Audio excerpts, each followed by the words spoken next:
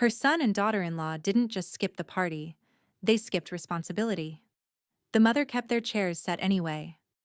By midnight, the candles had burned low, the cake was packed, and her phone lit up.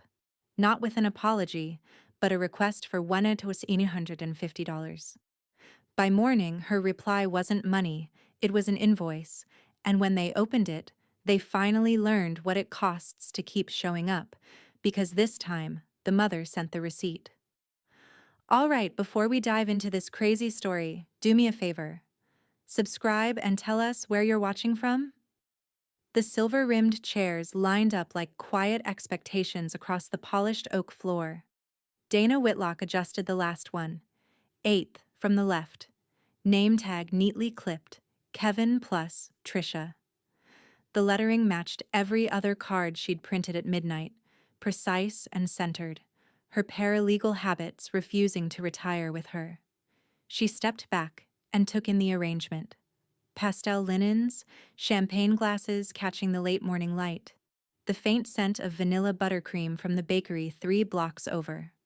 Holly's 34th birthday brunch wasn't lavish, but it was thoughtful. Every detail meant something.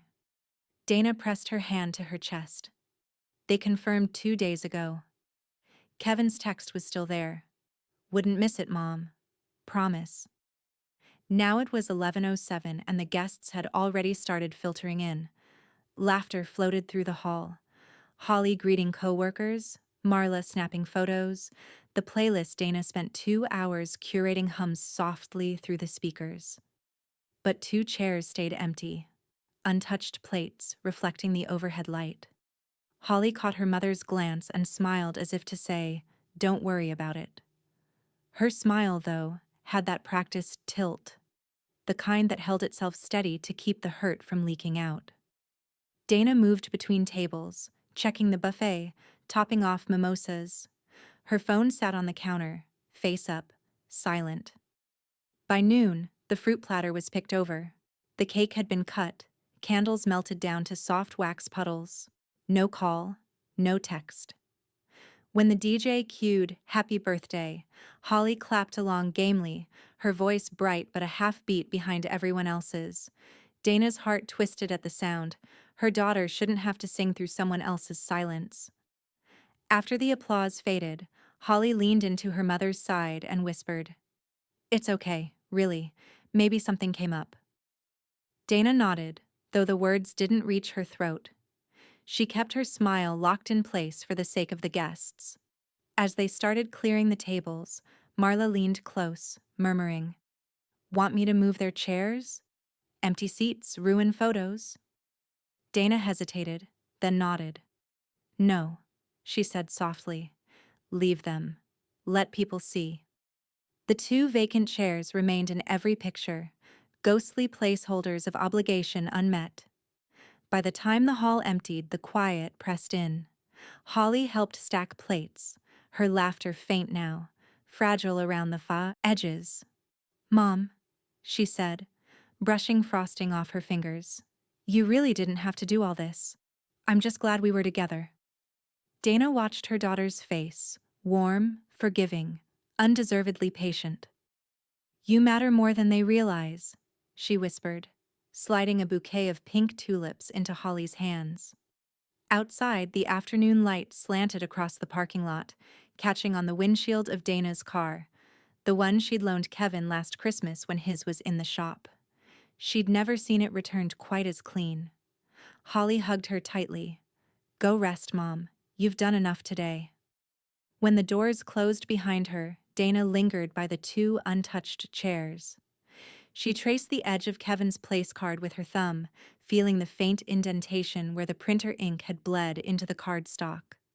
Her phone finally buzzed, a notification from the weather app.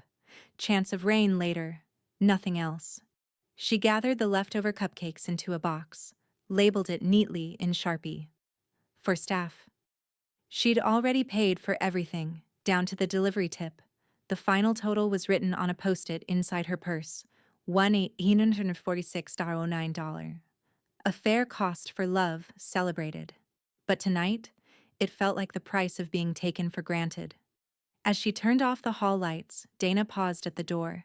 The chairs gleamed faintly in the dim, the Kevin plus Trisha tag still visible under the exit sign's red glow.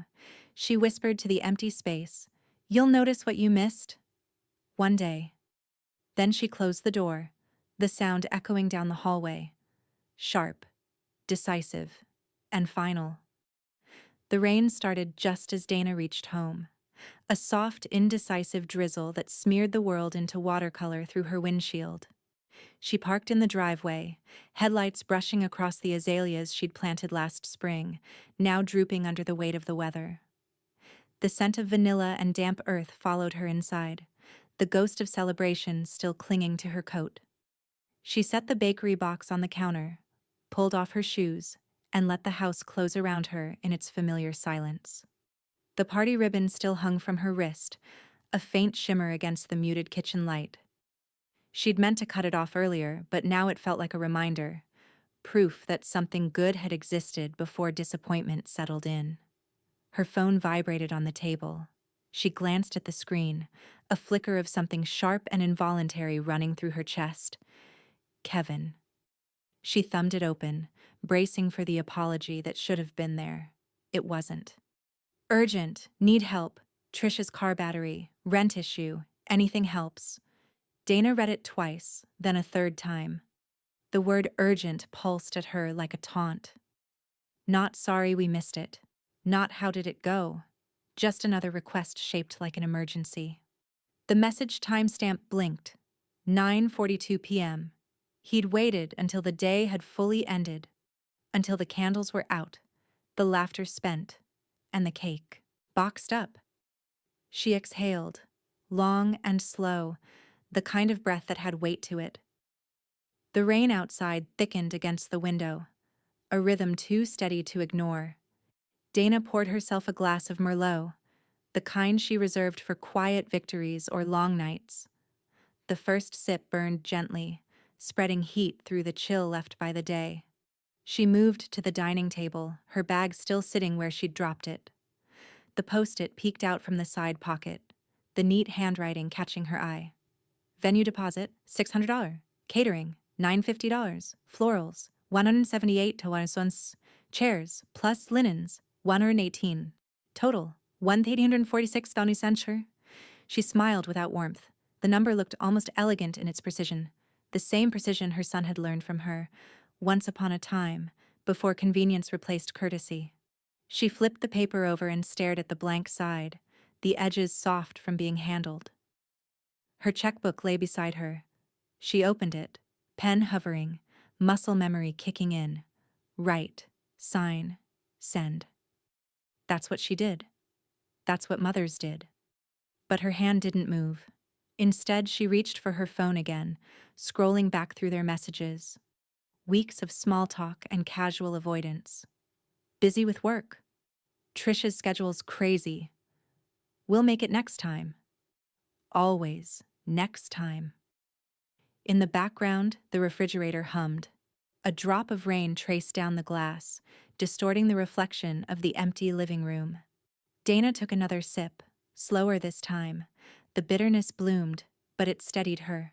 She opened the photo album on her phone and thumbed through pictures from earlier that day. Holly's smile mid-laugh, Marla raising her mimosa, the glow of the candles. And in every frame, 2 chairs sat empty, 2 name tags untouched. Her throat tightened. They didn't even try. She reached for her notepad, the one she used for grocery lists, and wrote a single line. Unrecouped costs, $1,846.09. The words looked businesslike, detached, exactly the way she felt. A flash of lightning lit the kitchen for half a heartbeat. When it faded, everything seemed quieter, except the faint buzz of a new notification. Another text from Kevin. Did you get my message? We're really in a bind here. Dana stared at the screen until it dimmed. She turned the phone face down and finished her wine. Then, almost absently, she began pulling receipts from her purse. The florist's invoice, the caterer's confirmation email, the rental deposit stub. She arranged them neatly, aligning the corners with practiced care. By the time the clock struck 10, her table looked less like a dinner setting and more like a case file. Her fingers tapped against the glass stem of her wine, once, twice, 3 times. Then she whispered to the quiet room, "You'll get your help, all right." The lamp beside her flickered as if in agreement. Outside, the rain finally stopped. Inside, Dana opened a new document on her laptop. Header: Invoice, family event, non-attendance. She smiled, small and deliberate, and typed the first itemized line. By morning, the storm had cleared, but Dana's kitchen still felt charged. A faint, invisible hum like leftover thunder. The receipts lay where she'd left them, neatly squared on the table. Her laptop waited, its screen dark except for the faint glow of the cursor blinking on the unfinished document. She poured coffee instead of wine this time, black and strong. The steam coiled upward, curling around the faint scent of buttercream that still lingered in the air. She sat down, spine straight, fingers poised above the keyboard. The title she'd written last night stared back at her. Invoice, family event, non-attendance. It sounded absurd. It also sounded right. She clicked into the body and began to type, her precision automatic. The way it used to be when she was drafting affidavits and billing statements in the law office. Venue deposit, 600 flowers, chair and linen rentals, 118 mouse catering for 32 guests, 950 flowers, custom cupcakes and floral arrangements, 178.09. Total due, 1,846.99. At the bottom, she added a simple note, RE, absence from family event, unrecouped costs. No guilt, no sarcasm, just clarity. Dana read the document twice.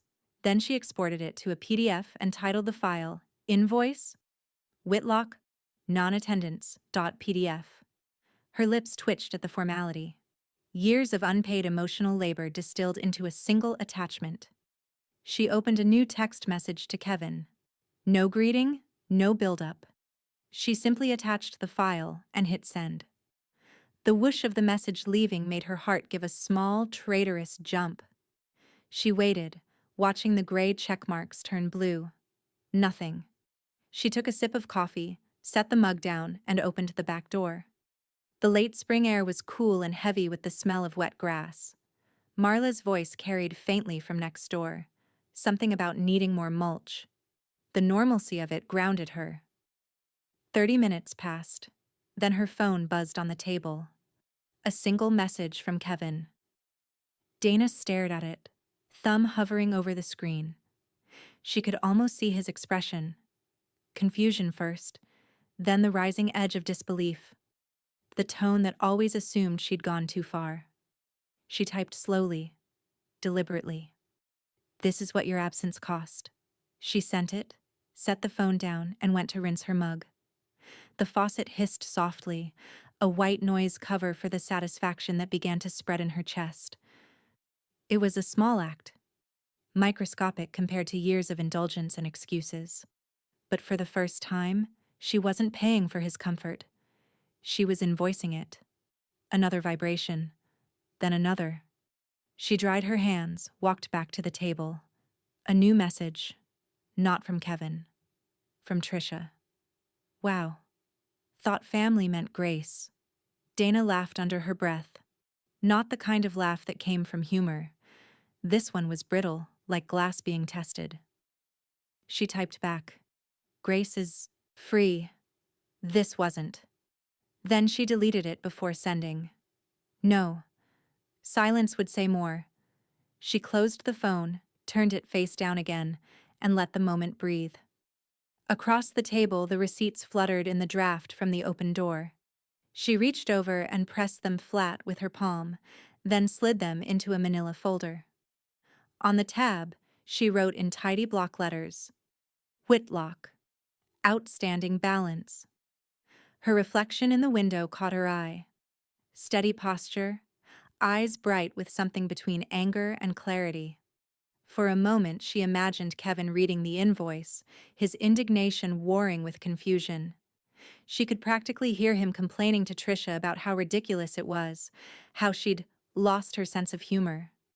She smiled faintly. Good. Let him squirm. As she powered off the laptop, a thin ray of sunlight cut across the counter, glinting on her empty wine glass from the night before. The storm had passed, but the air felt cleaner now. Lighter.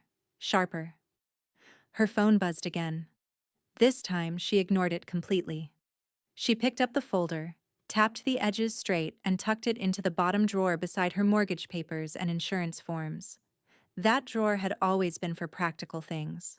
Now, apparently, it held justice too. When she finally checked the phone hours later, she saw one more message. From Kevin again. "Mom, are you serious with this?" Dana smiled to herself, a quiet, measured curve of the lips. She typed just one word back. Completely.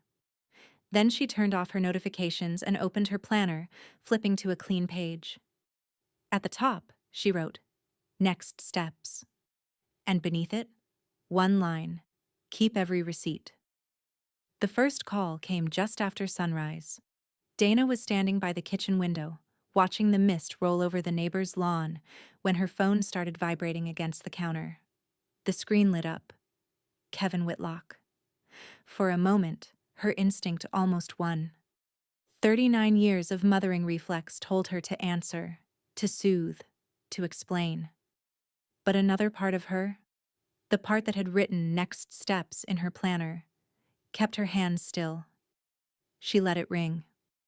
The vibration echoed through the kitchen, harsh against the stillness. When it finally stopped, the silence that followed was richer, cleaner, like the pause after a door shuts on a draft. A second call came before the first had fully faded. Dana stared at the name again. Kevin. This time she picked up the phone, not to answer, but to slide the block button into place. One tap. Confirm. Then another for Trisha, preemptively. 2 fewer entry points for noise. Her coffee machine beeped softly behind her, the morning's only willing conversation partner. She poured herself a mug and took it to the table where the manila folder sat waiting. The label, Whitlock, Outstanding Balance, caught the light.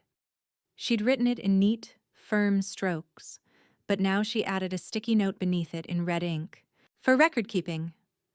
She opened her laptop, printed the invoice she'd sent last night, and slipped the crisp paper into a plastic sleeve.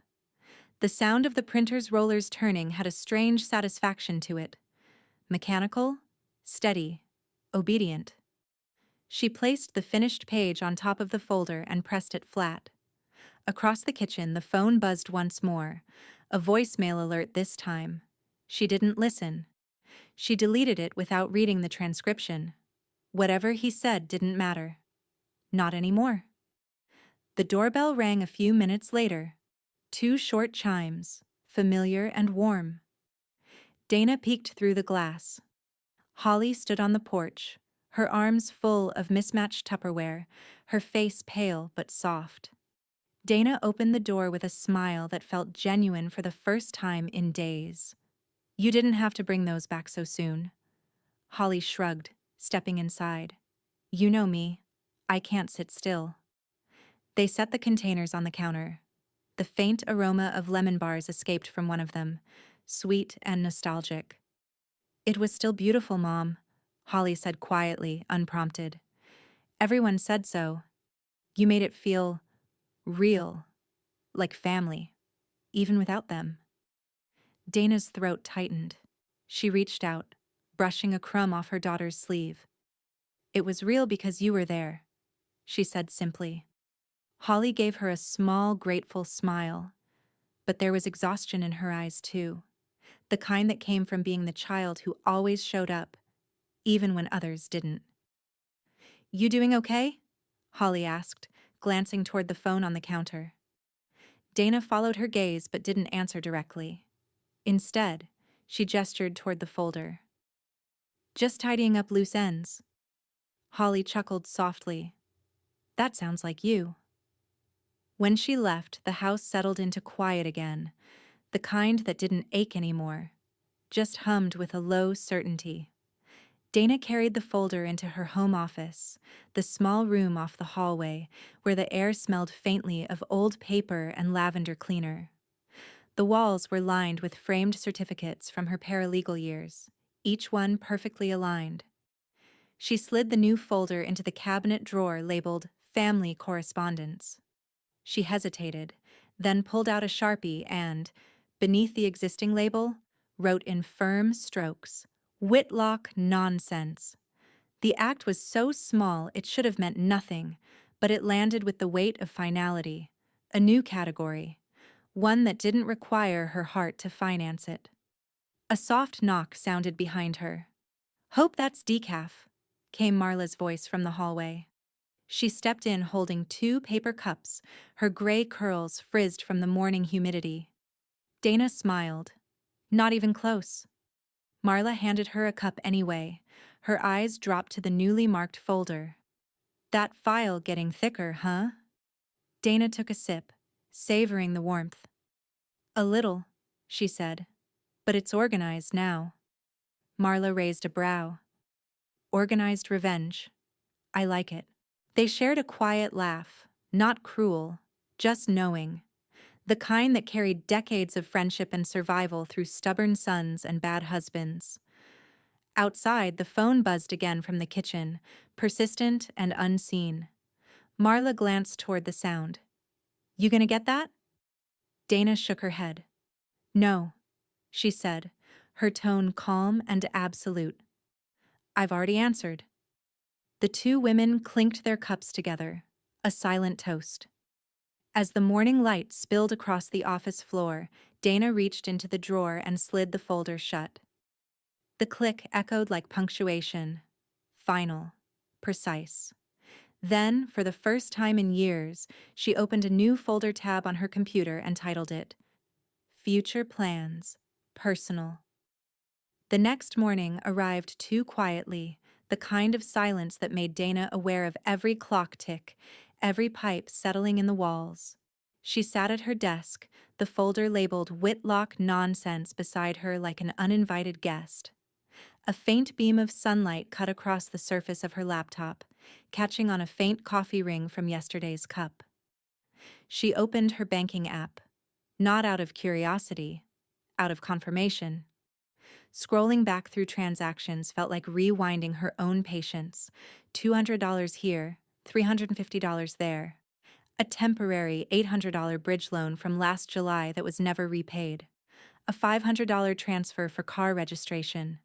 A handful of smaller ones marked with half-hearted notes. "Thanks, Mom. Lifesaver. Promise we'll square it soon." Soon never came. Line by line, she added the numbers in a fresh spreadsheet. The total blinked up at her like a confession. 7,582.16.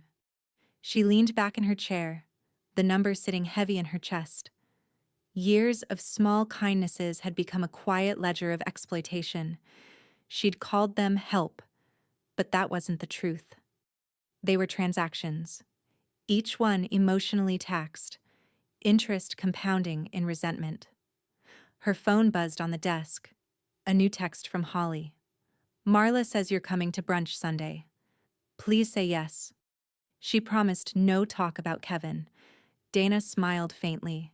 She typed back a simple heart emoji, then minimized the screen. It could wait. She clicked open her email and typed, Subject, Quick Consult. Personal Finance Clarification. 2. Eric Patel. Eric had been her accountant since retirement, the only man she trusted to translate numbers without judgment. She requested a brief coffee meeting. His reply came 5 minutes later. "Of course. My treat this time." Café Montclair buzzed with the soft chatter of weekday regulars and the hiss of the espresso machine. Dana spotted Eric near the back, reading something on his tablet, a pair of glasses perched halfway down his nose. He looked up as she approached, smiling. "Dana Whitlock, always punctual. Comes from years of billing by the 10th of an hour," she said, sliding into the seat across from him. Eric chuckled. "So? What's got that lawyer look back in your eyes? Dana set her tablet on the table, turning the screen toward him. The spreadsheet gleamed in neat color-coded lines. $7,482, she said simply. Over the past 2 years. All sent to my son and his wife. Eric adjusted his glasses. That's a generous sum. It wasn't meant to be, she said. It was meant to be temporary. Emergencies, they said. But the emergencies never stop. He scrolled through the list, nodding slowly. You kept every record. I keep everything, she replied. It's my curse and my comfort. Eric sat back, folding his hands. So what are you thinking? Just wanted to document it? Dana shook her head. I'm done documenting. I want it recognized. I don't want this swept into another category of motherly obligation. His brow furrowed in thought. All right. Then you have two options. Treat it as a gift. Or a debt. She finished for him. Exactly. She held his gaze. A debt. With interest. Eric studied her for a long moment. You're serious. More serious than I've been about anything in years. He nodded, tapping the table. Then we make it legally formal. Dana blinked. What do you mean? He leaned in, lowering his voice. You have more leverage than you think. You've got the dates, the transfers, the messages confirming receipt. If you wanted, you could classify these as personal loans. It doesn't erase family, but it changes the math. A chill slid up her spine, not from fear, from the clarity of it. Eric continued. If it ever came to it, a notarized acknowledgement from you could make repayment enforceable. Or, at minimum, deductible against inheritance. It's not vengeance. It's accounting. Dana stared at him, the phrase echoing in her mind. Not vengeance. Accounting. She sipped her coffee, the taste suddenly sharp. And if I wanted it to be both? Eric's eyes softened, but he didn't answer. He didn't have to.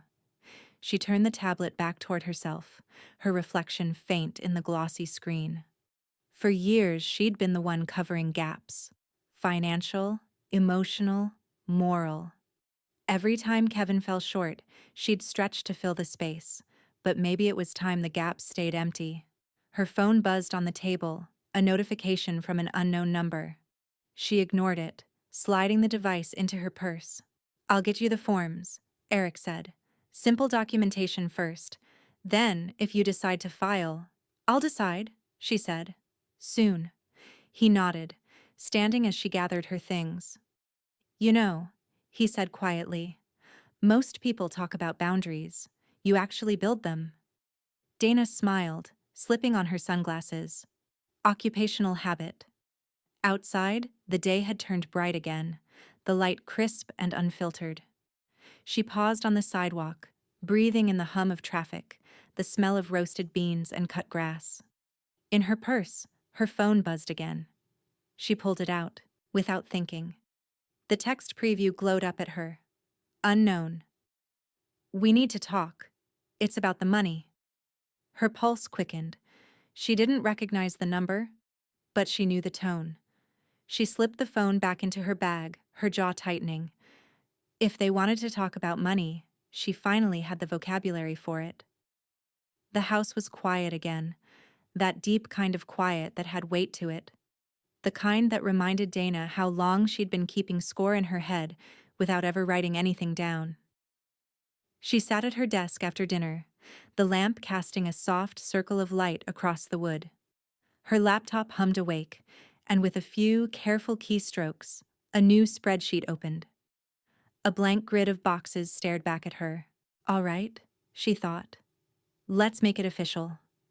She typed the first header. Date, event, excuse, notes. Her fingers moved steadily, the rhythm of an old skill resurfacing. She started listing. Thanksgiving 2021. Work emergency. Holly's engagement dinner. Trisha's migraine. Father's Day 2022. Forgot to check calendar. Christmas 2022. Weather delay, though the roads had been clear. Easter brunch. Kids needed downtime. Holly's birthday. 2023. They never even replied. Dana sat back, reading the list. The pattern was as familiar as it was insulting. Every event. A perfectly wrapped justification. She added a second sheet.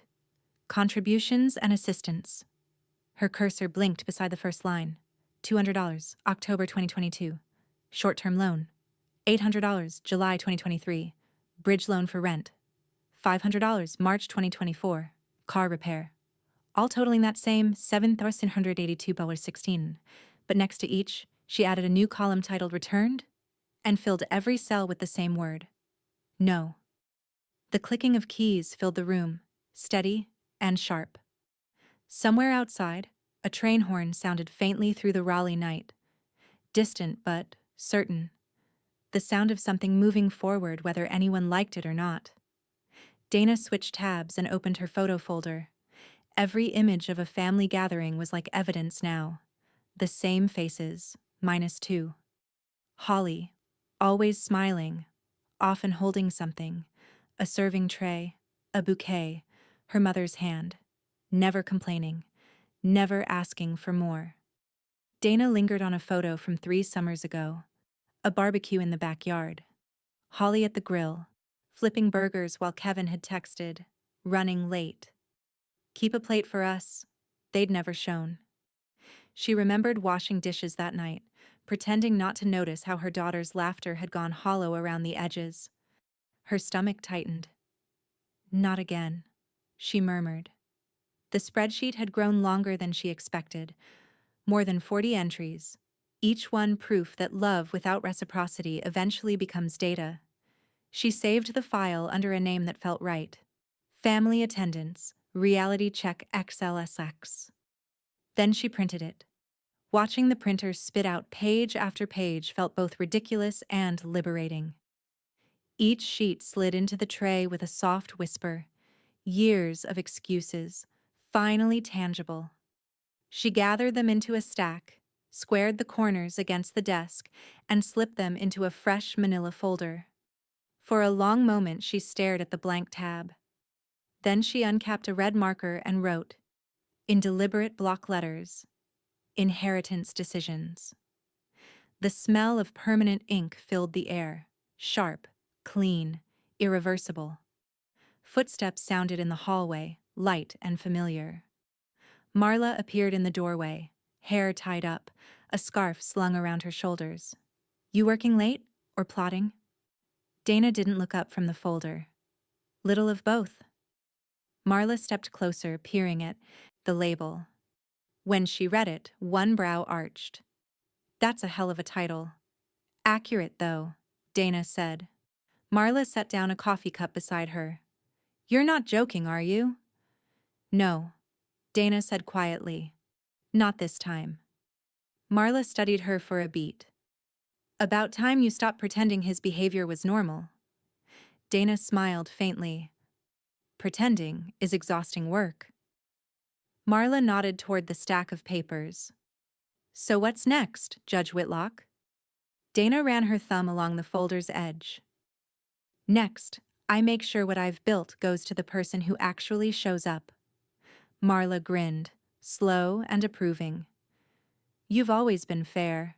Just don't forget to be ruthless, too. I'm learning, Dana said, almost to herself.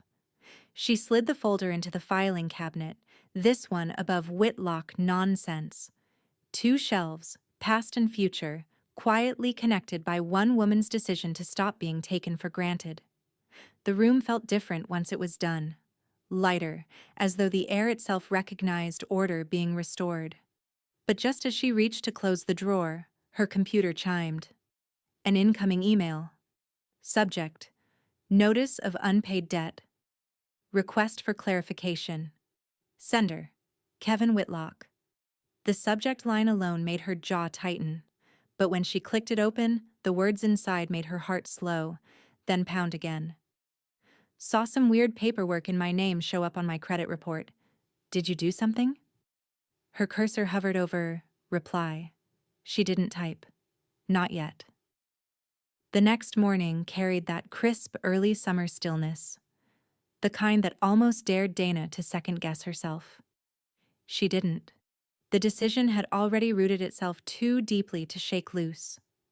Her laptop still sat open from the night before, Kevin's email glowing faintly in the dim light. "Did you do something?" She closed the lid without replying. "Not yet," she thought. "But I'm going to."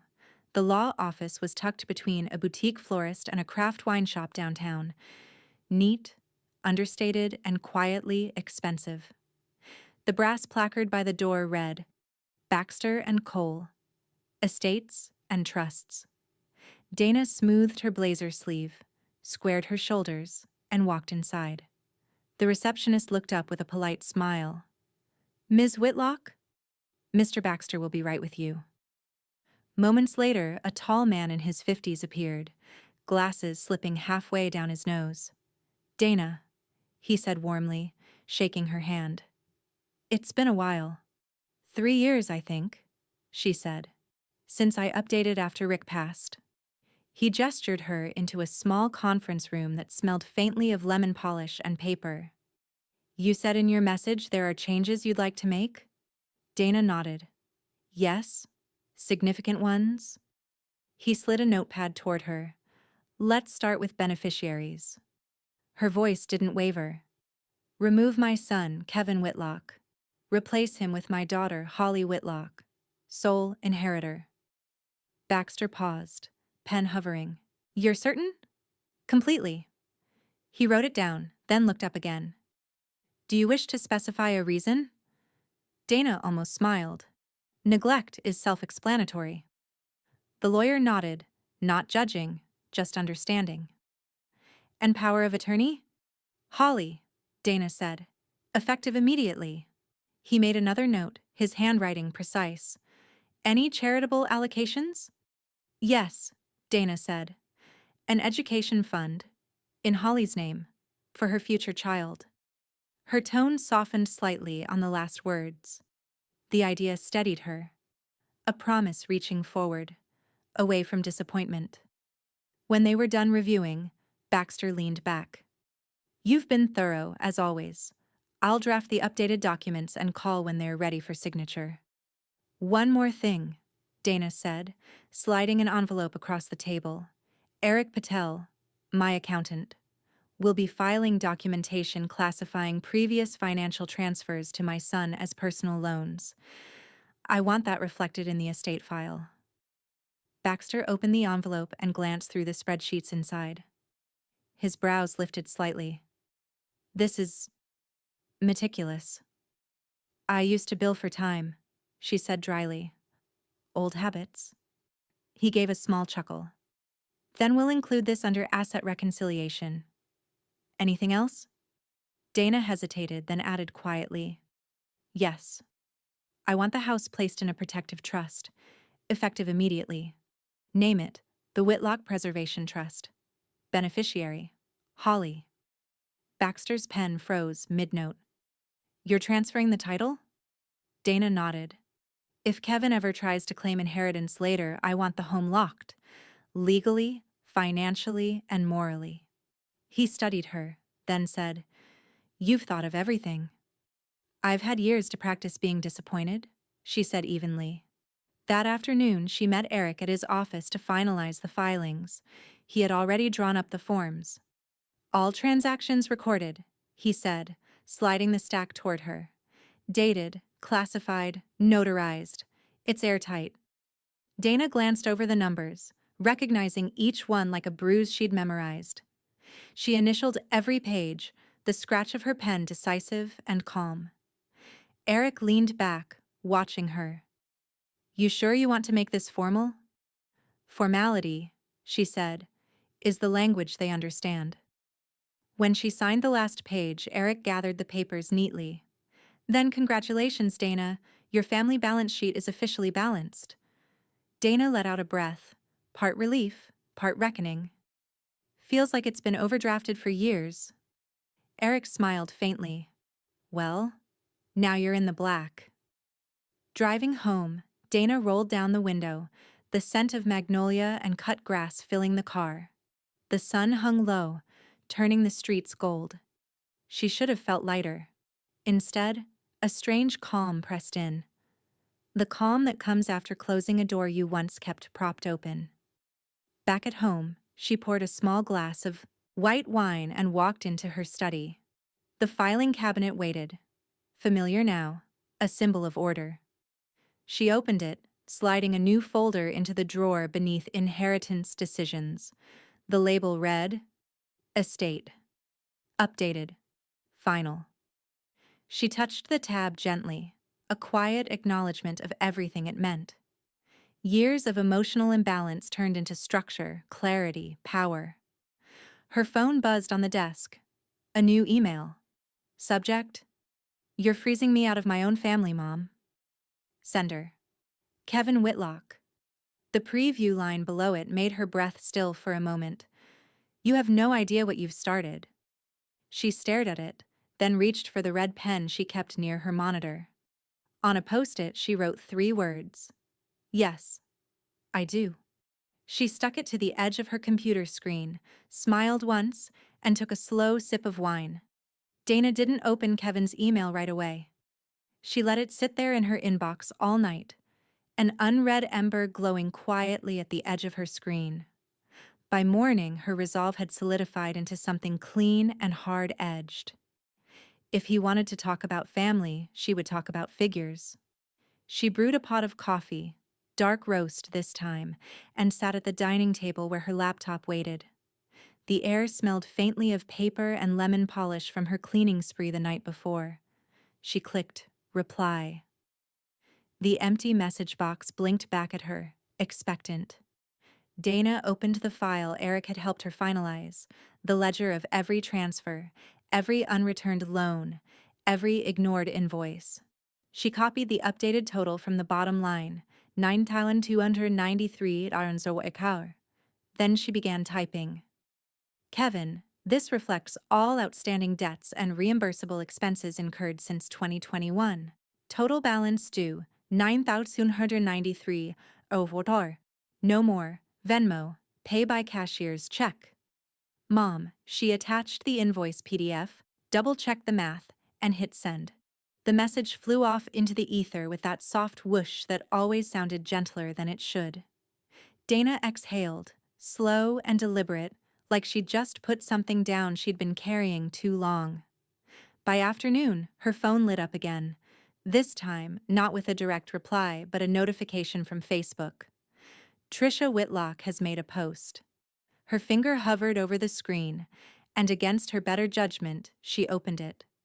When your own family nickel and dimes you for being human, some people forget what grace looks like once they retire. Boundaries gone wrong. Toxic parents. Dozens of little hearts and sad face reactions bloomed beneath it like fungus. Cousins she hadn't spoken to in years were already chiming in with vague sympathies and emojis. Dana let out a breath that was half laugh, half disbelief. Grace. That word again. So freely used by people who never paid a bill on time. She didn't comment. Not right away. She simply went to her camera roll, found the screenshots she'd saved, Zelle transfers, Venmo requests, the digital paper trail that didn't lie. Each one labeled and time-stamped. She selected 5. Then she posted, not to the thread, but as a standalone message. Transparency matters. $200 OCT 2022. Will return this next week. $800 July 2023. Bridge loan. $500 MAR 2024. Car registration. Venue deposit, catering, florals. $1,846.09. Family doesn't charge interest. Unless they keep forgetting to pay back love. Within minutes, notifications exploded. The post spread faster than she expected. Screenshots shared, comments piling up. Some were stunned, others gleeful. Her niece Jamie commented, "Honestly? Go off, Aunt Dana." Even Marla texted a single line, "Coffee at mine, I'm bringing the popcorn." Dana laughed for the first time in days. A real laugh, low and alive. By evening, the local gossip network, otherwise known as her extended family, had gone nuclear. Trisha had made her Facebook private. Kevin's profile photo vanished. Dana's inbox filled with messages that ranged from, "You're my hero" to, "Is everything okay?" Marla, true to her word, showed up an hour later with a mug in hand. "I had this printed this afternoon," she said, setting it on the counter. In bold lettering, it read, "Don't start none, won't get invoiced." Dana snorted, wiping a tear from her eye. "You're terrible." "Accurate, though," Marla said, raising her cup. "Here's to itemized justice." They toasted, the sound of ceramic against ceramic sharp and satisfying. Dana leaned against the counter, the day's adrenaline finally easing into something steadier. "You know," she said, "I didn't even want the money back. I just wanted acknowledgement." Marla sipped, thoughtful. "Sometimes acknowledgement looks like a check?" Dana smiled faintly. "Or a lawsuit." Marla's eyes widened just a touch. "You're not." Dana didn't answer. She was already glancing toward the folder cabinet across the room, where the red-labeled file waited like a loaded weapon. Outside, thunder murmured far off, a storm building, slow but certain. Her phone buzzed again. A text this time. "Unknown number. You think this is funny? You made us a joke online. Delete it or we'll make sure you regret it." She read it twice, her jaw setting tighter with each word. Then she saved the number under a new contact name. "Do not engage." She locked her phone, turned to Marla, and said calmly, "They really don't understand who they're dealing with yet." Marla's grin spread slow and dangerous. "Guess they're about to learn." Rain washed through Raleigh the next morning, thick and unhurried, as if the sky itself were rinsing off the noise of the last 48 hours. Dana stood by the window with her second cup of coffee, watching the drops beat on the glass. Her laptop pinged with a new email. From Eric Patel. Subject, draft. Small claims filing. Whitlock vs. Whitlock. Her pulse quickened, but not from nerves, from clarity. She clicked it open. The attachment waited at the bottom of the message. Whitlock sires small claims. Packet.pdf. The document was complete. Itemized exhibits, screenshots, receipts, correspondence, even Trisha's now viral Facebook post as evidence of acknowledgement. Eric's message was short. All documentation attached. Amount, $9,293.04, plus filing fee. Review, sign, and I'll courier it to the courthouse by noon. Dana exhaled. This was happening. She scrolled through the pages. Every line item told a story. The catering invoice, the Venmo transfers, the ignored promises. The total glared up from the last page, bold and precise. She signed it digitally, her hand steady. When she hit send, she whispered, "Consider this my RSVP." By Thursday, the paperwork had gone through. The court accepted the filing. A date was set. Eric called that afternoon, voice calm and steady. "It's official, Dana. They'll be served within 48 hours. Process server's been assigned." Dana was in her garden when she got the call, pruning roses that had begun to wilt. She smiled faintly, tucking the phone against her shoulder. "Make sure they get it at work," she said. "He hates scenes at work." Eric chuckled softly. "You really do think like a litigator." "Old habits," she said, "and poetic justice." 2 days later, it was done. Kevin was served at his office, a mid-level financial firm in downtown Raleigh. The process server dropped the envelope on his desk while his coworkers looked on. Witnesses said he'd gone pale, muttered something about overreactions, and stormed out before lunch. Trisha didn't fare much better. By then, her toxic parents post had made the rounds beyond family gossip. A local influencer account had picked it up, side by side with Dana's calm, factual rebuttal.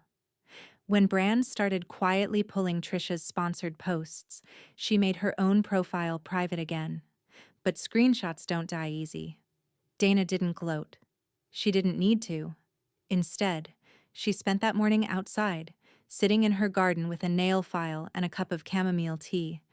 The air was heavy with the scent of wet grass and mint. Each slow stroke of the file across her nails felt deliberate, like smoothing the edges off years of indulgence.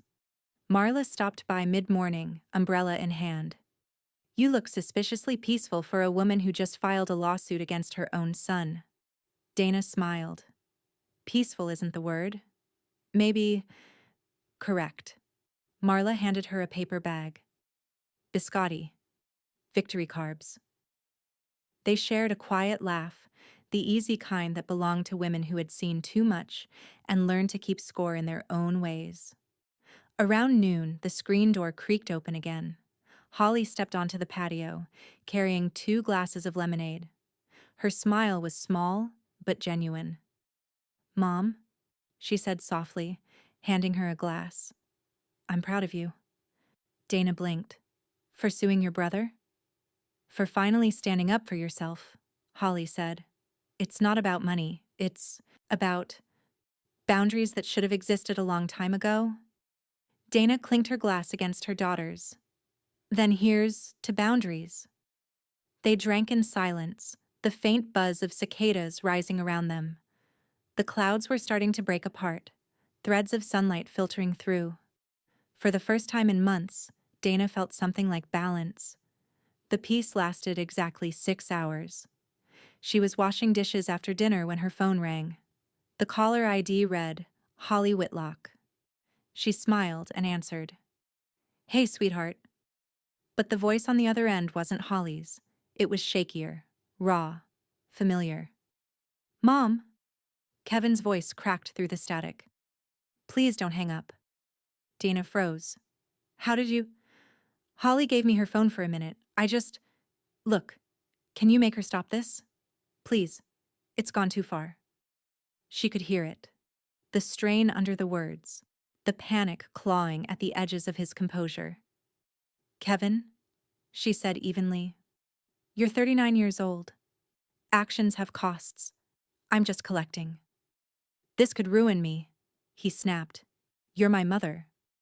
"And I was yours to ruin for years," she said quietly. "We're just settling accounts." There was silence on the line, then a faint, broken whisper. "Please, just drop it." Dana looked out the kitchen window, where the last streaks of sunset burned against the horizon. Her reflection in the glass looked calm, too calm. "I'm afraid the filing's already in motion," she said. "You'll need to handle it the same way I handled every favor I ever gave you, responsibly." "Mom." She ended the call before the word finished leaving his mouth.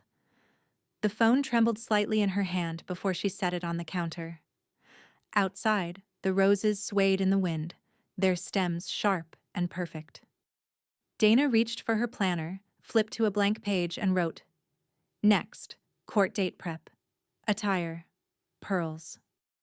The morning after the call, the Whitlock family group text, which had been silent for months, lit up like a small battlefield. Kevin had sent a message so long it required multiple swipes to read. "This isn't who Mom used to be. I don't know what she's trying to prove, but it's tearing the family apart. I'm not the villain here. I just wanted her to be reasonable." No one responded. Not Dana, not the cousins, not even the aunt who usually couldn't resist adding a prayer hands emoji to family drama. Except Holly. She was sitting in her car outside the bakery where she worked part-time, the spring air pouring through the cracked window. The smell of rising dough and coffee grounded her, kept her anger from shaking loose. She typed slowly, each word deliberate. "She's not wrong, Kevin." The typing bubbles appeared immediately. "Are you kidding me right now?" Holly exhaled through her nose, steady. "You missed my birthday. You always miss everything." "We were busy," Kevin fired back. "Trisha's been dealing with brand stuff, and my hours have been insane." Holly's thumb hovered over the keyboard for a long moment. She could picture him perfectly. His defensiveness, the tilt of his chin when he thought responsibility was optional. Busy people don't send Venmo requests the next day, she wrote. There was a long pause. No typing bubbles, just the digital silence that always followed truth too sharp to dodge. She set her phone face down on the passenger seat and leaned back, eyes closed. For the first time in her adult life, she didn't feel small in her brother's shadow. Across town, Dana sat at her desk with a calm so composed it bordered on serene. The morning sunlight streamed across her keyboard as she organized a folder labeled Court Documents, Whitlock Case. A new email notification pinged in the corner of the screen. From Trisha Whitlock. Subject: Attempt to make peace. Dana hesitated. Then curiosity won. Dana, I'm sorry for how everything has unfolded. I shouldn't have posted online, but I felt attacked. Kevin's been under a lot of pressure, and maybe we didn't handle things perfectly. Please don't escalate this further. Let's meet and talk. Maybe we can find a compromise. Trisha. It wasn't quite an apology. It was half a confession, half an attempt at damage control. Dana read the first line again, then the last. She clicked print. The printer whirred to life, feeding out the single page with mechanical indifference. When it finished, she took the sheet, still warm from the rollers, and slipped it into a plastic sleeve. Then, with the same care she gave to every other record, she filed it neatly in the cabinet under Whitlock nonsense. Unread beyond that. Unanswered. Holly arrived at Dana's house that afternoon, hair windblown, eyes tired but determined. She carried a box of lemon bars from the bakery. You didn't have to bake for me, Dana said, opening the door with a soft smile. Didn't bake for you, Holly said, stepping inside. Baked for both of us. Something sweet before the next storm. Dana arched an eyebrow. He called you again. Twice, Holly said, dropping her purse on the table. I didn't answer the first time. The second, I told him the truth. Dana leaned back, crossing her arms. Which was? That you're not the problem. That he's spent years treating guilt like currency and finally overdrafted. Dana blinked, a quiet pride flickering behind her eyes. That's harsh. True, Holly said. I learned from the best. They stood there for a beat, the air between them charged with something unspoken but solid. Respect, maybe, or recognition. Holly pulled out her phone, scrolling. He's still trying to spin it. Says the lawsuit's going to humiliate him publicly. Says he'll never forgive you. Dana snorted softly. He'll forgive me the minute it costs him more not to. Holly looked at her, brow furrowed. You don't ever miss him? Dana's smile thinned. I miss the version of him that said thank you. They fell silent, the kind of silence that didn't sting but settled. Like rain finally finding soil. An hour later, when Holly left, Dana returned to her desk. She checked her email again. No response from Eric yet. No new motion notices. The calm before the next filing. Outside, the neighborhood was golden with late light. A cardinal landed on the garden fence, bright red against the green. She opened her planner and wrote on today's line, Outcome doesn't matter. Principle does. Just as she closed the cover, her phone buzzed. Incoming call. Holly. She smiled faintly, expecting another update. But when she answered, her daughter's voice was shaking. Mom, Holly whispered. Kevin just came by the bakery. He looked off. He said you don't know what's really at stake, that he can't fix it this time. Dana's hand stilled over the planner. What do you mean, can't fix it? He wouldn't say, Holly said, her voice small. He just kept repeating that line, over and over. Dana's pulse quickened. You didn't let him follow you home, did you? No, Holly said quickly. He left. But Mom. Her voice cracked. He looked scared. Dana stared out the window, where the sunlight had already faded into dusk. The cardinal was gone. She picked up her pen again, pressed it against the paper, and wrote 3 words in neat, measured script. Find out why. The settlement offer arrived 2 days before the hearing. A PDF attachment, polite but hollow, signed by Kevin's new attorney. Eric forwarded it to Dana with a brief note. Your call. She opened it at the kitchen table, the same place she used to pay Kevin's bills. The irony wasn't lost on her. Settlement proposal amount offered $2,500, in full satisfaction of all claims. No admission of fault. No further contact. Dana stared at it, her lips tightening into something between a smile and disbelief. They wanted to buy her silence at a markdown, a clearance sale on accountability. She picked up her pen, crossed out the number, and wrote in bold ink across the front page. Declined. Then she scanned it, sent it back to Eric with 2 words. We proceed. Court morning arrived crisp and cool, the kind of Raleigh spring day that looked forgiving but wasn't.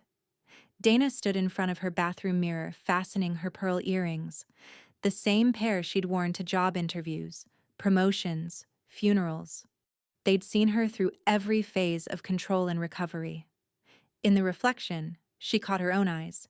Steady, unflinching. You don't show up to beg, she told herself. You show up to confirm. At the courthouse, the air smelled faintly of floor polish and tension. Eric met her by the elevators, his tie slightly crooked, his calm unwavering. You ready? He asked. I was ready 3 years ago, she said.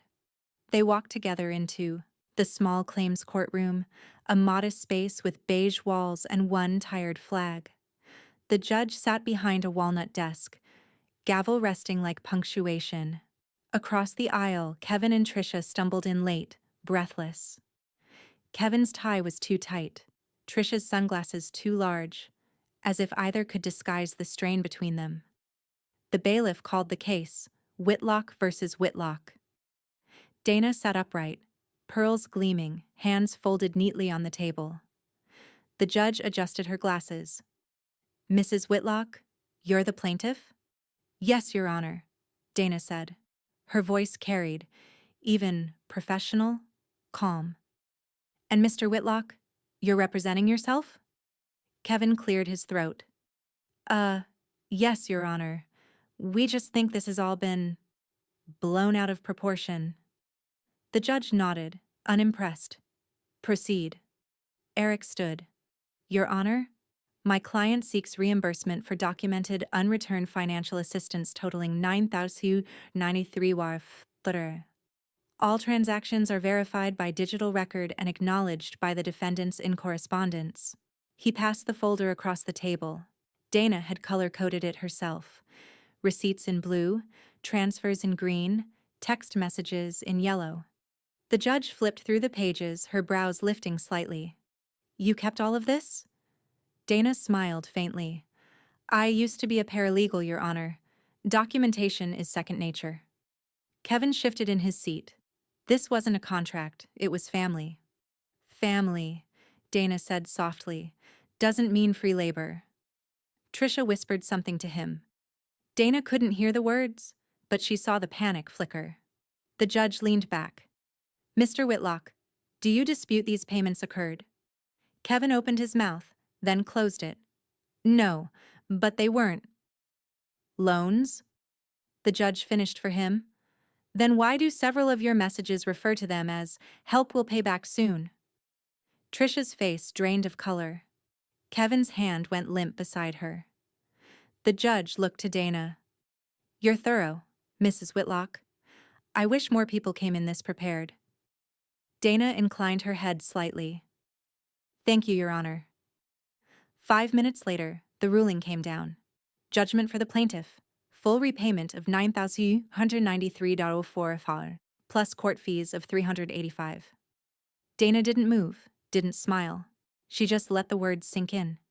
The sound of justice landing softly but decisively. Tricia started to cry quietly into a tissue. Kevin sat there, staring straight ahead, as if disbelief could rewrite the verdict. Court is adjourned, the judge said. Eric leaned toward her. Congratulations. That's a clean win. Dana nodded, gathering her papers. It's not about winning, she said. It's about closing. She stood, smoothed her blazer, and walked out. Pearls glinting under the courthouse lights. Outside, the air was bright and biting. She paused on the steps, feeling the sun hit her face, the murmur of city noise beneath it all. Eric joined her. Do you want me to handle the collections process? Dana shook her head. No, I'll let the system handle it. I've already done my part. He nodded, respecting the line she'd drawn. She turned toward the parking lot. Kevin and Trisha were there, arguing in hushed tones beside their car. Dana didn't stop. She just walked past, the sound of her heels a steady metronome of finality. Trisha's voice broke mid-sentence. Kevin. She actually did it. She really did it. Kevin's reply was barely audible. She always does. Dana reached her car, opened the door, and allowed herself one small smile, not of triumph, but of release. As she slid into the driver's seat, her phone buzzed again. Text from Holly. Just saw the update online. You did it, Mom. He deserved every cent. Dana typed back one line before starting the engine. He did. But it's not over yet. The check arrived 2 weeks later, certified mail, stamped with the court's insignia. Dana recognized Kevin's handwriting on the envelope before she even opened it. Still that impatient scrawl, like the world owed him speed. She sat at her dining table, a quiet morning sunlight spilling over the stack of unopened mail beside her. Her hands didn't shake as she slit the envelope open. Inside was a cashier's check for $9,678.04. The extra $385 from court fees sat there in neat print, crisp and official. Kevin's signature wasn't on it. The bank's was. The irony made her smile. She traced the raised ink of the bank seal with her thumb. Years of unpaid emotional debt distilled into a tangible number. Without ceremony, she folded the check into her wallet and drove to the credit union downtown. The clerk recognized her. She came every few months to deposit her retirement distributions. Always polite, always exact. Morning, Mrs. Whitlock, the clerk said. Big day. Dana slid the check across the counter. You could say that. Do you want this in your personal account? No, Dana said. Transfer it to the Whitlock Education Fund. The clerk hesitated, then smiled softly. For your grandchild? For a future one, Dana said. It's important to start early. When the transaction finished, she asked for a printout of the updated balance. The numbers glowed up at her, solid, growing, real. Back in her car, Dana snapped a photo of the balance sheet and sent it. Not to Kevin, but to Holly. Text to Holly. You're building something better than I ever did. Consider this my contribution to your future. A moment later, her daughter replied, Mom, you didn't have to. Dana smiled at the screen. I didn't have to forgive either. But here we are. By the following Sunday, the story of Dana's courtroom victory had made its full orbit through family gossip channels. Some called her heartless. Others called her brilliant. Marla called her unstoppable, which was how Debt-Free Dana Day came to exist. Marla hosted it at her house, a lazy brunch that smelled like maple syrup and mild mischief. A banner strung across the porch read, Freedom looks good on you. When Dana arrived, Marla handed her a mimosa and a smirk.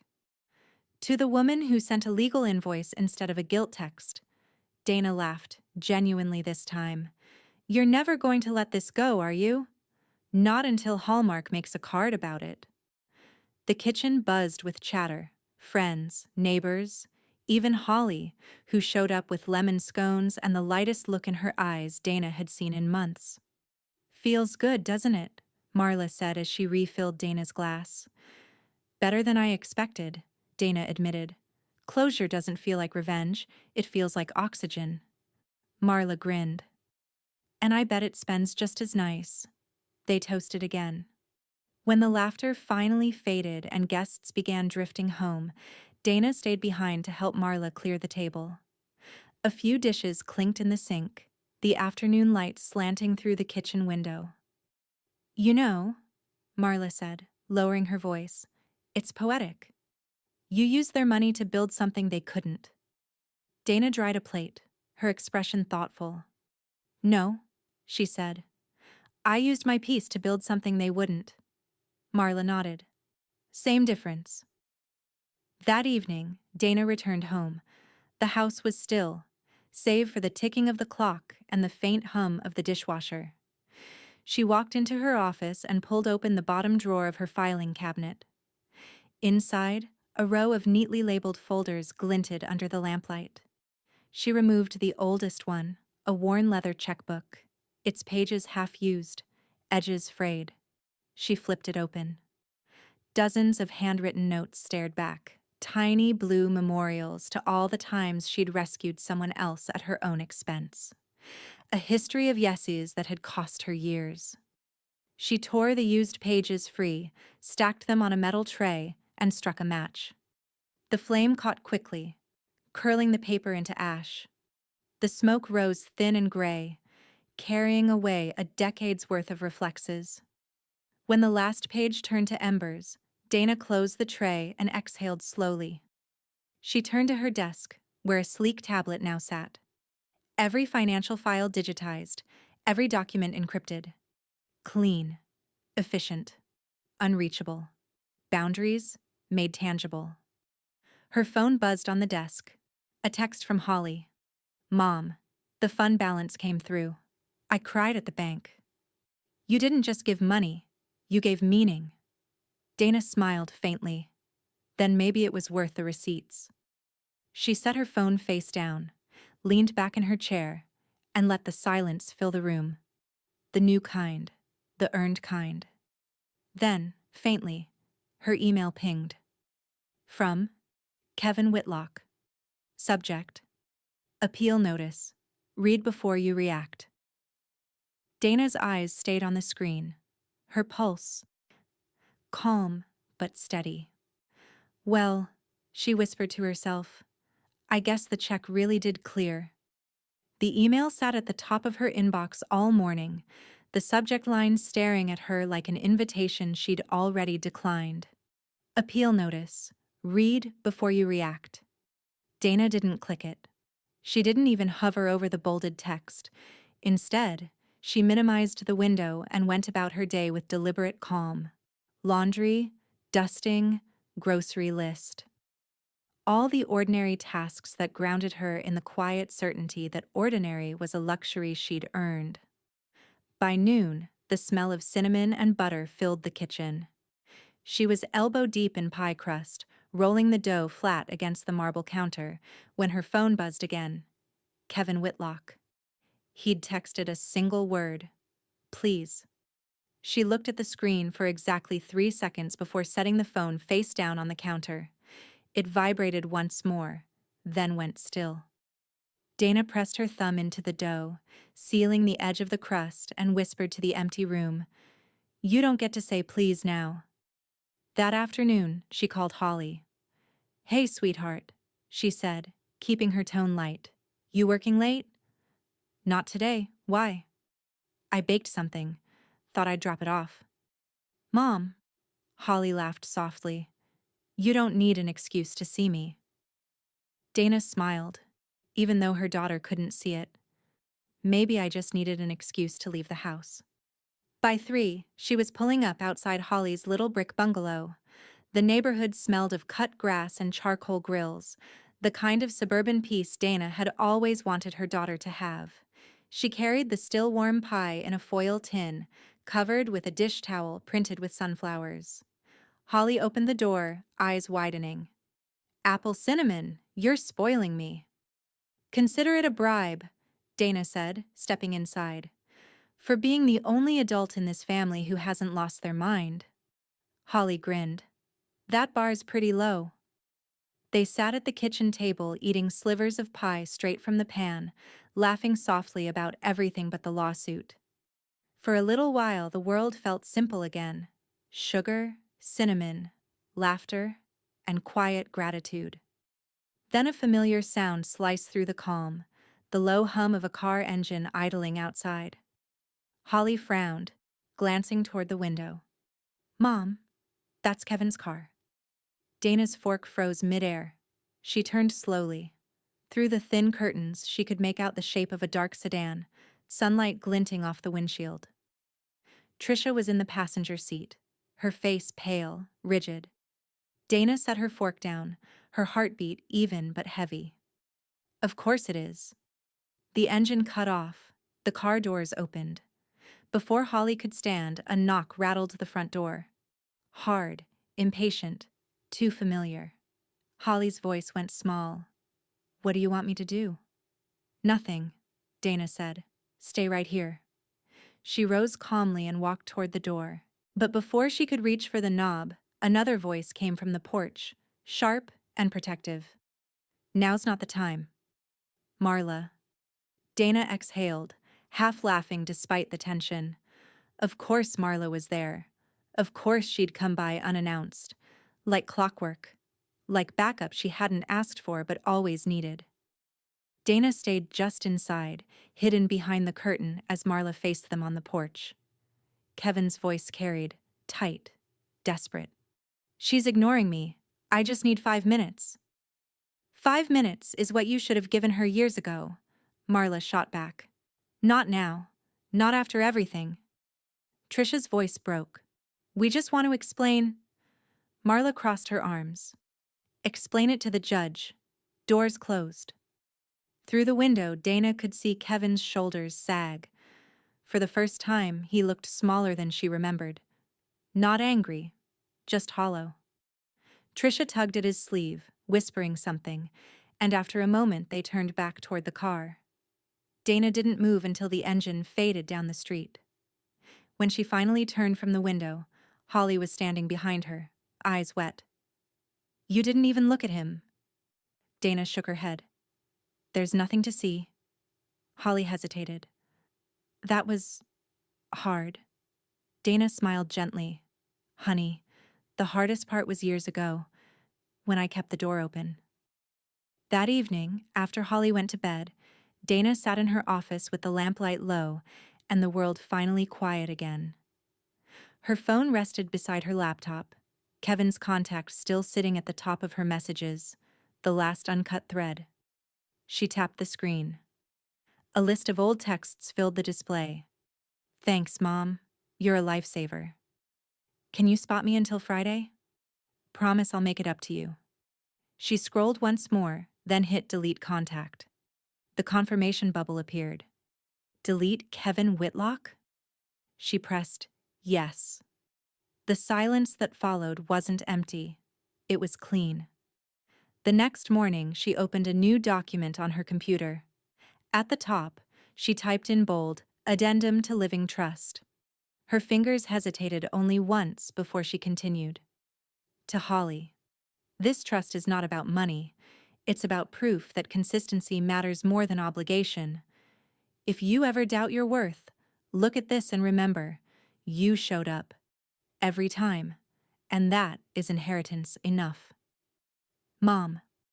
She printed it on cream stationery, folded it neatly, and slid it into a sealed envelope.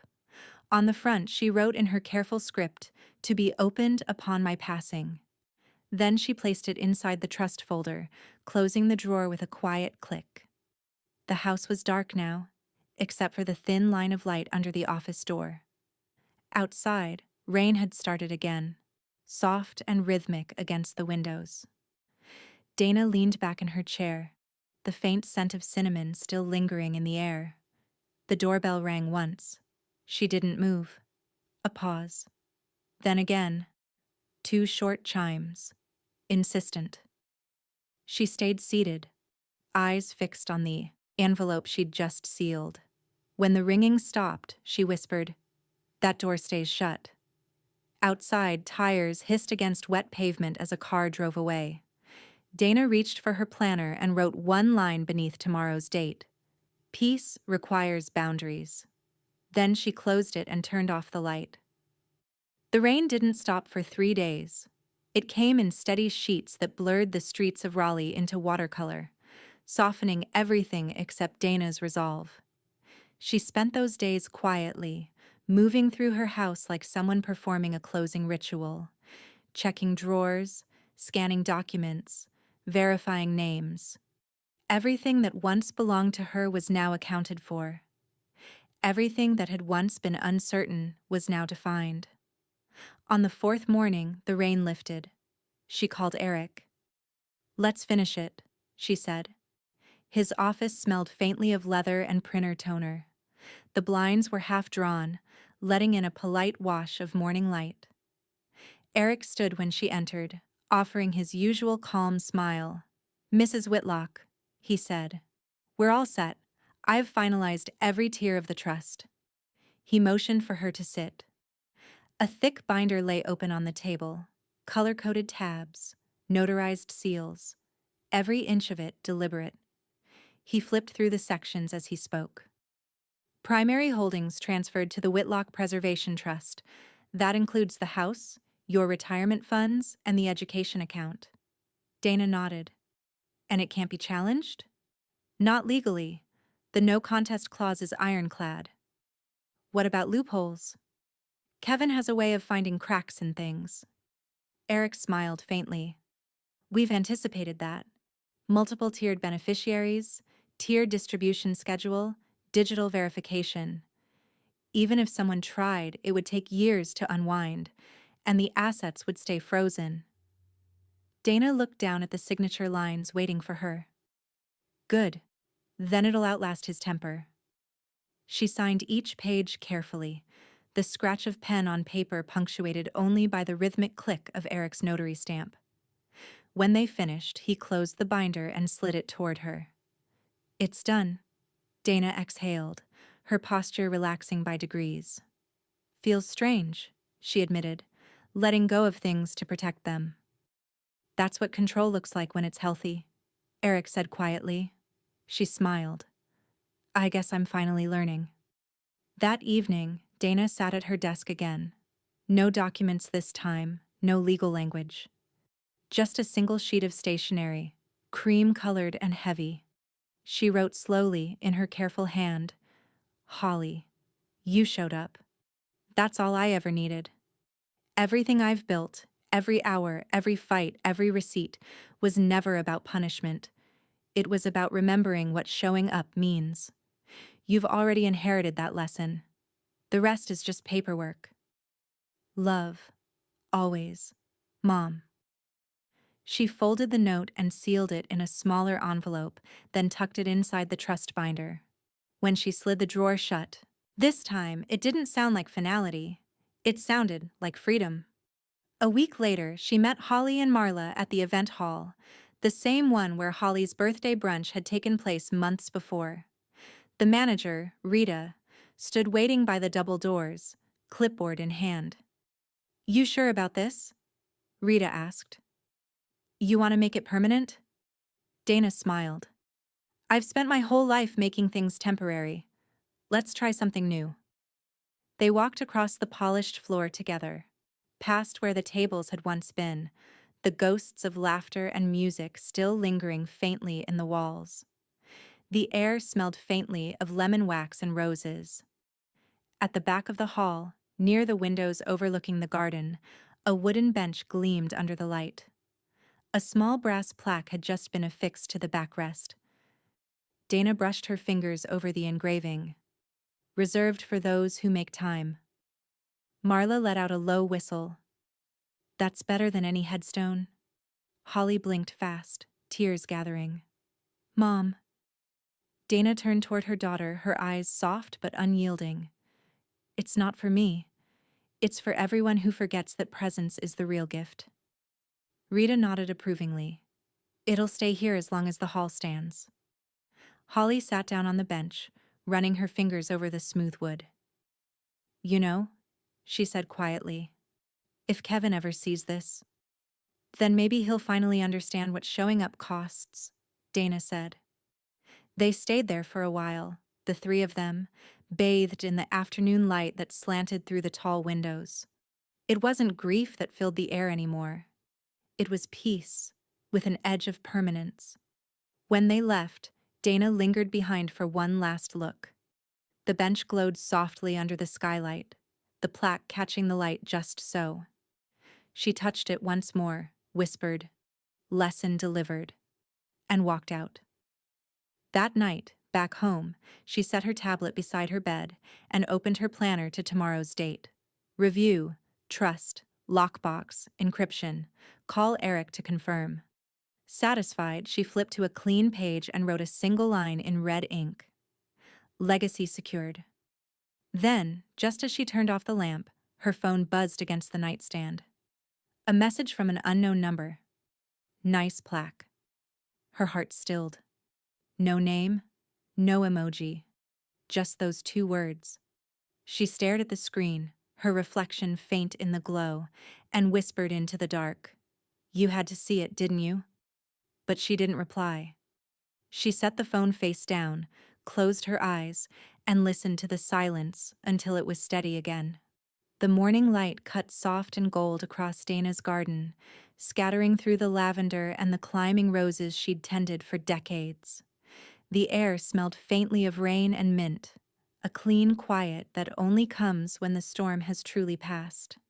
Dana knelt near the hydrangeas, her old metal filing box open beside her. Inside were the last few papers she hadn't yet sorted: receipts, contracts, and one folded letter in Kevin's handwriting that she still hadn't thrown away. She looked at it for a long moment before sliding it back in. Some things, she decided, didn't need to be destroyed to be powerless. She smoothed the final sheet of paper onto her clipboard. A delivery confirmation for the trust documents. The ink was still fresh from Eric's office. She clicked her pen once and wrote at the bottom in neat script, "File closed." Then she set the paper aside, stood up, and brushed dirt from her knees. The world was finally organized again. Not perfect, not repaired, but arranged. A week later, the news came quietly. Trisha had given birth. A baby girl, 6 pounds and healthy. Holly found out through a cousin's Facebook post and told her mother that afternoon, unsure what reaction to expect. Dana only nodded. "Good," she said. "Maybe she'll grow up learning what accountability looks like." That night, she sat at her desk with a single sheet of ivory stationery. On it, she wrote by hand, "Every action has a cost. I've settled mine." Then she folded the paper around a blank invoice. No amount, no due date, just the heading "To the Next Generation." She sealed it in an envelope, slipped it into a small box with a soft yellow baby blanket she'd bought months ago, back before the court filings and silences and storms. The blanket still smelled faintly of cedar. The return label read simply, "From Dana Whitlock." No note, no congratulations, just the truth, delivered clean. By early summer, the Whitlock Education Fund had crossed $50,000. Holly called to share the news, voice bright through the phone. "I don't even know what to say," she said. "It's more than I ever imagined, Mom." Dana smiled, stirring her tea. "It's what showing up earns. Compound interest on consistency." "Maybe you should trademark that," Holly laughed. "Maybe I already have," Dana said. They decided to mark the milestone with a quiet dinner. No party this time, no guest list to wrangle. Just the people who had survived the fallout and learned the math of love properly. That evening, Marla showed up first, as she always did, carrying 2 bottles of wine and her usual irreverence. "You realize," she said, dropping her purse on the counter, "we're basically celebrating your moral credit score." "Only took 63 years to fix my rating," Dana quipped. Holly arrived soon after with a bouquet of wildflowers and a dish of lemon bars. The 3 women gathered around the table, candles flickering between them, plates filled with roast chicken and rosemary potatoes. The air was light, laughter threading easily between the courses. At one point, Holly raised her glass. "To Mom," she said softly. For proving boundaries aren't walls. They're doors you lock from the inside.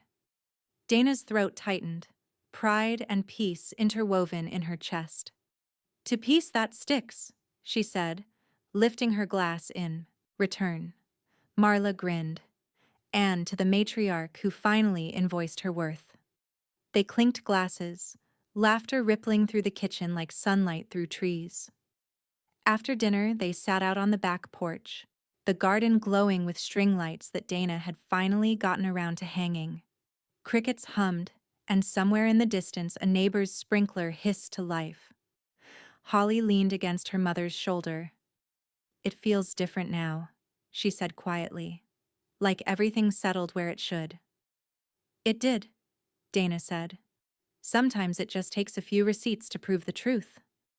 Marla sipped her wine, eyeing the filing box resting beside the porch steps. "That your famous archive?" Dana nodded. "The last of it. Every document scanned and sealed. What's left is just paper." Marla smirked. "You gonna frame it?" "No," Dana said. "I'm going to let the wind have it." She opened the box, pulled out the single page marked "File Closed," and held it to the candle flame on the table. The paper curled, blackened, then lifted in a thin spiral of smoke into the night. They watched it rise until it vanished against the stars. Later, when the guests were gone and the dishes were stacked in the sink, Dana walked the garden one last time. The night smelled of rosemary and damp earth. She traced her hand along the bench at the far end, where the small brass plaque glimmered faintly under the porch light. She smiled, not at victory, but at closure. Then, in the stillness, she whispered her final line to the quiet air, to the years behind her, to the story that had started with empty chairs and ended with balance. "They thought they were owed, until I sent the receipt."